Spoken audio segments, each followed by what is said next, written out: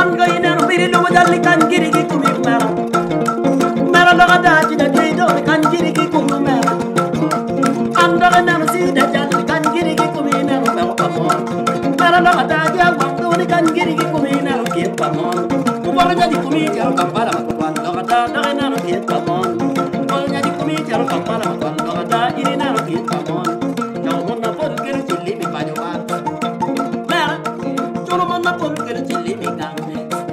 Ti balo gangi no mera cholo mon giri chuli mi pajowan. Mera wiri di bini do. Mera wiri kan giri do.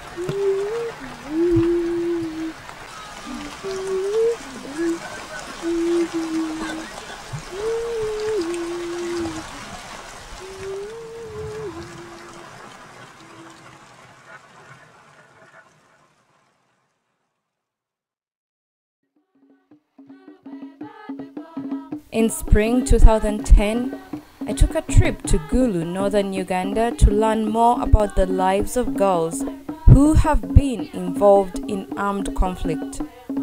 The civil war between the Ugandan army and the Lord's Resistance Army has been going on for over 20 years.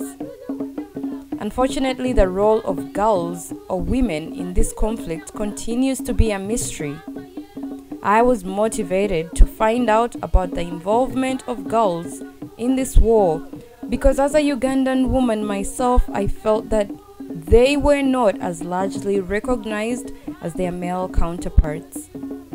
Armed with the little knowledge that I had about former girl soldiers in Uganda and a camera, of course, I set out to study the lives of Esther, Joyce, Beatrice, Christine, and Jacqueline, who were all former girl soldiers with the Lord's Resistance Army.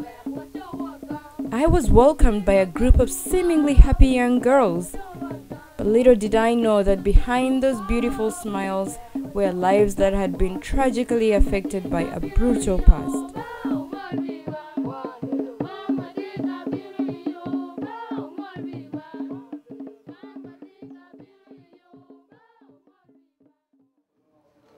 I'm Beatrice Hajok.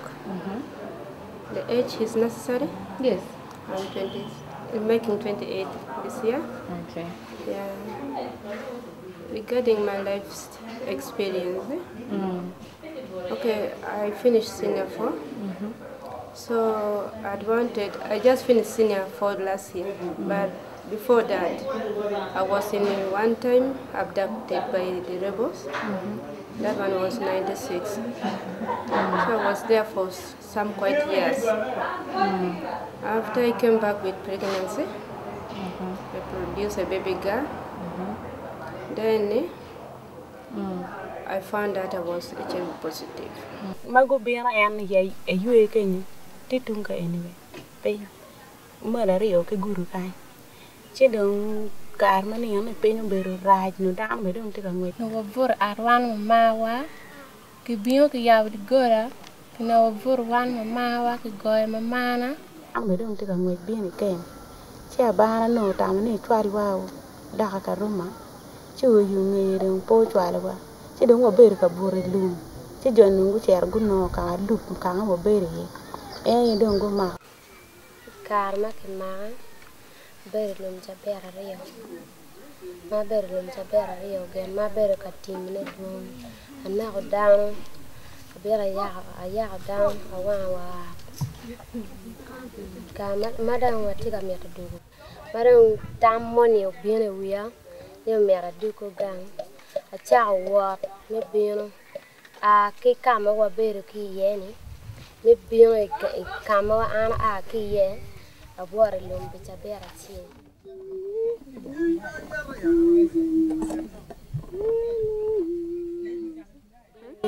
ki wati ma ni ki kar go wanda bi chi ko wanda bi chi le ngara chi ki kwanya ki ken wa dong wa bi chi ngar yan ni ki tuye chi ngi tuye wa chi bor chi ki wa wa te wo na ki ko ngar yan na me ta. We were being forced to be given to some of the army men. The big people will be forced. In fact, even if you don't want, even if you want, it is a must. You have to accept. If not, they'll just kill you. Some of us were chosen to. They gave us what? 1 week, 1 to 2 weeks. That for you who has a big breast, you come this way. They used to select us like that. They wanted to now anoint us with a certain oil. Those with big breasts and those who doesn't have breast completely, you come this way. So we were separated, and those one who are very beautiful and like what they put them separate.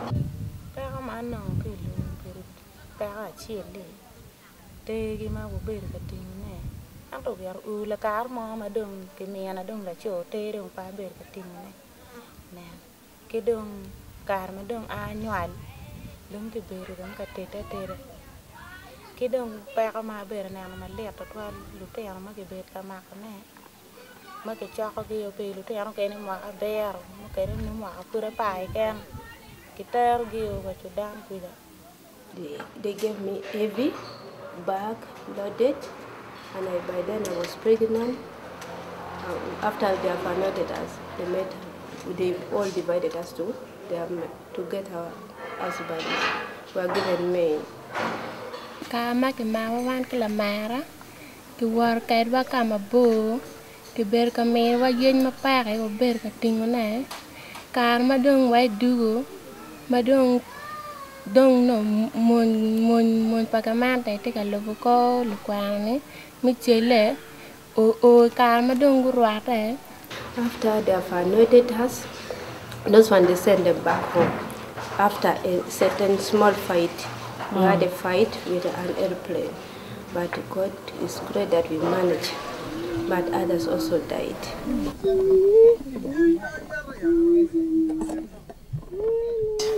There was a day I'd wanted to escape. Then they knew, and there was fear. The leg, my leg was being speared and was being nursed. I heard that place is called Lamobu, but inside the place where I came from, I couldn't tell. Then in the evening time, that's when I came across the road, and I was rescued by some soldiers when they were coming from Sudan side. The place is called Okidi side of the hill. That is the place where they really make a lot of destruction there. Me, myself, have seen with my eye. So when we went there, leaving my boss behind, I went with some of the girls, 10 of them. I was among them as the wife of the big man. So we went, reaching there. I've ordered them also. Said, do this, do this. Just in my mind there was even planning. Said, I wish these people could move just some meters, then I see what to do. Because, staying for 2 years is not an easy thing, by the way, without escaping. Kama wa cha ni no dong luai no ngite chele ke mo dogote yo ma wutwa aya o kama no wote luini wan a poro ke ping a cha yor ko and cha du bi ma bara dum futi gol ba cha cha aya o la remane mu do ma pan chunye bo ta anda cha yor ko ko dio bia anda pana ko bare donc loin do donc guerre mon mo kay mi donc chele ki na geo anda donc Da ye chian ngo bion ngo cha makadong bion kara de bara.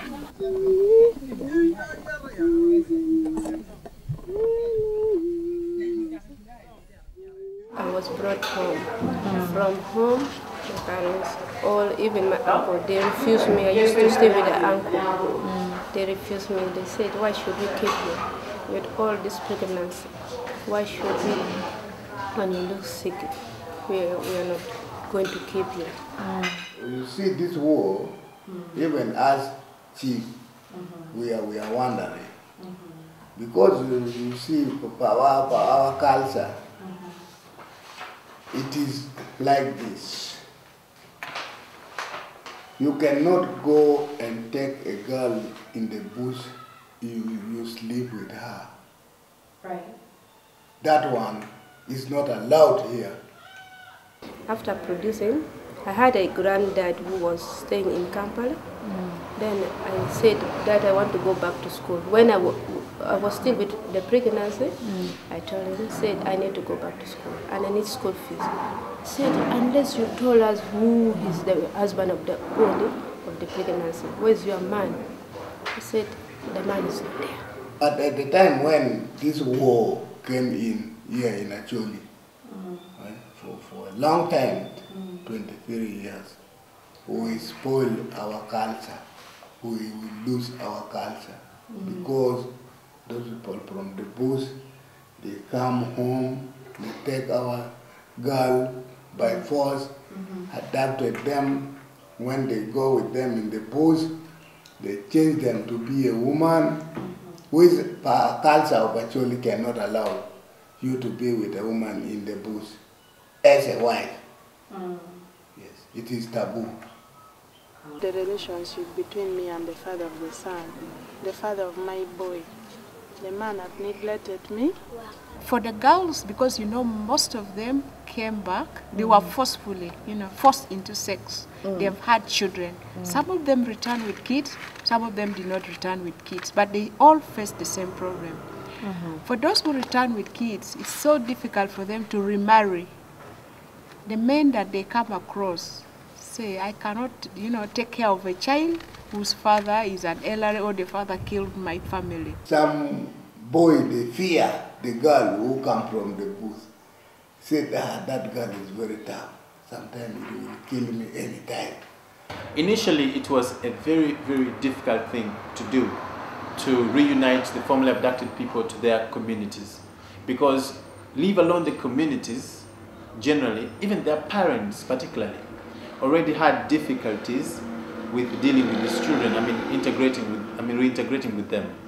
I want to give you cases where a parent would, I would say, accept the daughter or the son to come back who has been formerly abducted, then does not allow that formerly abducted child to remain home in the compound alone with other children, then doesn't accept this formerly abducted child to go to one bedroom at night with the other children because they feared that probably they are possessed with evil spirits so they can strangle the other children at night. For those who came back without kids, that stigmatization or calling them, the killers remain. People even go to an extent of telling them, according to this girl, that how can I marry a killer? You killed my family. That means you can even wake up one time in the night and strangle me. What are the local words they use to refer to girls who were in the bush? Yeah. They call bocage. What does that mean? Bocage. It is B-O-O-K-E-C.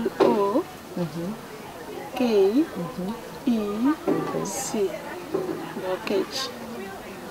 How do you translate it? What does it mean? It means you are typical rebels. Who is traumatized back without nothing. Did they call you any nicknames when you came back?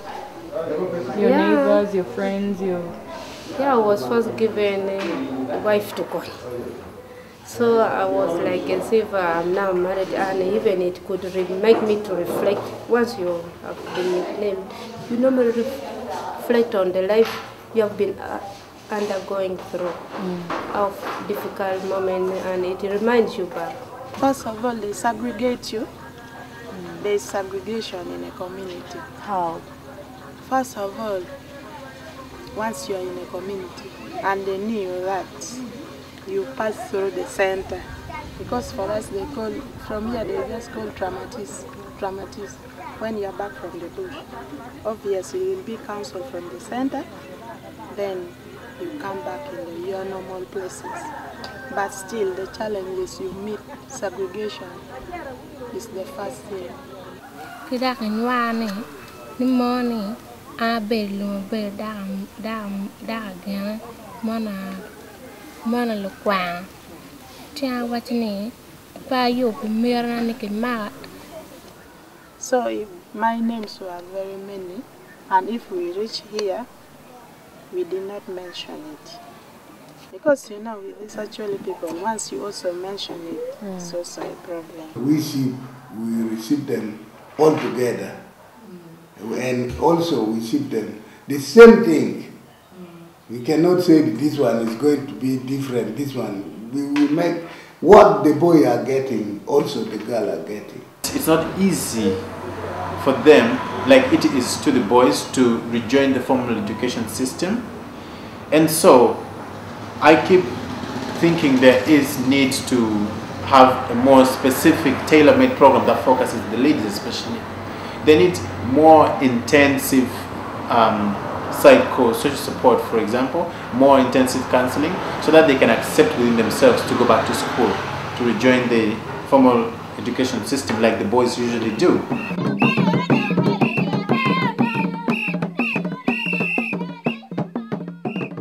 For the girls who were too old to go back to school once they returned from captivity, many have now turned to making paper beads as a way to make money.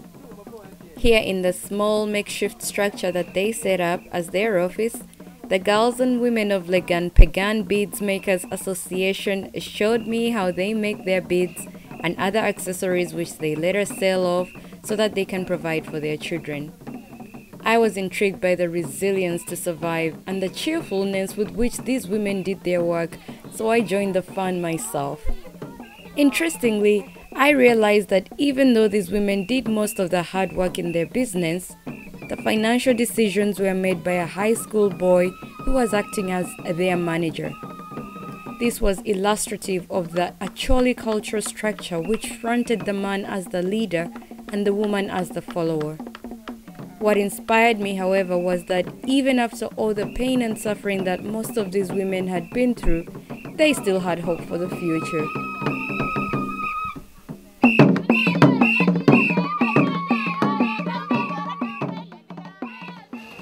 What does she want to be in the future? To be, eh? Yeah, I'm here quite a bit now.